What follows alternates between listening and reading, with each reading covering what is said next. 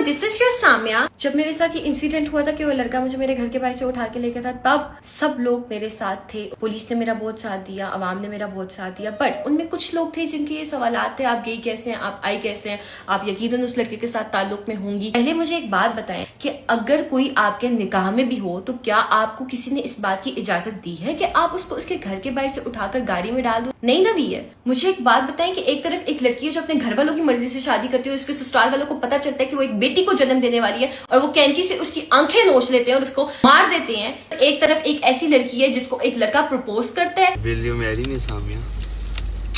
यार नहीं, उससे शादी की बातें करते हैं। जब हम रिश्ते भी करते हैं ना तो हम टाइम जरूर लेते हैं, और उस टाइम के अंदर उसको ये पता चलता है कि वो लड़का एब्यूसिव, मारने वाला है और वो उससे शादी से इनकार करती है और वो लड़का उसको उसके घर के बाहर से उठाकर ले जाता है। तो क्या वो लड़की ठीक है या गलत है? क्या मैं वो लड़की बन जाती कि मैं उससे शादी करती और उसके बाद वो मेरा वो हशर करता? या ये बेहतर है कि मैं आज अपने हक के लिए लड़ रही हूँ? When Hasan Zahid propose me, तो मैंने उनसे 5 से 6 साल मांगे थे शादी के लिए। उनकी फैमिली को भी ये बात पता और हमारी फैमिलीज कनेक्टेड थी। वो अपनी वालदा को मेरे घर भेजना चाहते थे। वो मेरे ऊपर इल्जामात लगा रहे हैं कि मुझसे कुछ पैसे लिए हैं, उसने ये किया, उसने वो किया। उन्होंने मुझे आज तक सवाए उस गोल्ड की अंगूठी के जो उन्होंने मुझे मंगनी के तौर पर पहनाई थी, इसके अलावा कभी कोई तोहफा नहीं दिया, कभी कोई तहाइफ नहीं दी है। On the other side Hasan Zahid खुद भी एक चोर है जिनके ऊपर ऑलरेडी ये केसेस चल रहे हैं। 2-3 गाड़ियां उनकी निकली हैं चोरी की, उन्होंने किसी का 50 लाख रुपया खाया है। सारे केसेस हसन जाहिद के ऊपर मौजूद है। और अब हसन जाहिद जैसे बंदे से आप ये एक्सपेक्ट कर रहे हैं कि वो सामिया हिजाब जो कि एक इन्फ्लुएंसर है, हर चीज सोशल मीडिया पे पोस्ट करती है, अपना कमाती है, उन्होंने हसन से कोई पैसे लिए होंगे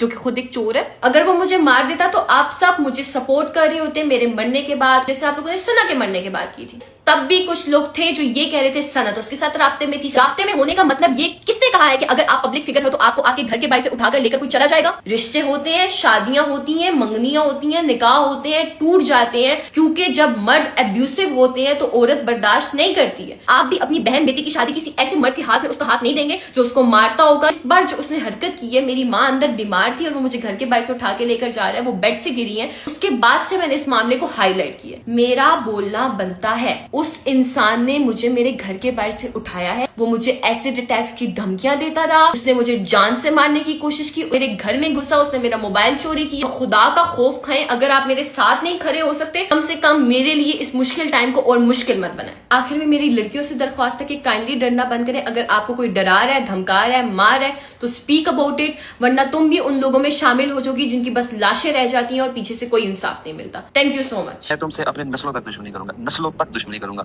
नस्लों तक। नहीं तो दुश्मनी है किस चीज की? मैं आ रहा हूं तुम्हारी तरफ। आ जाओ, आ जाओ, रिंग लेके बाहर खड़ी हो जाओ। आ जाओ।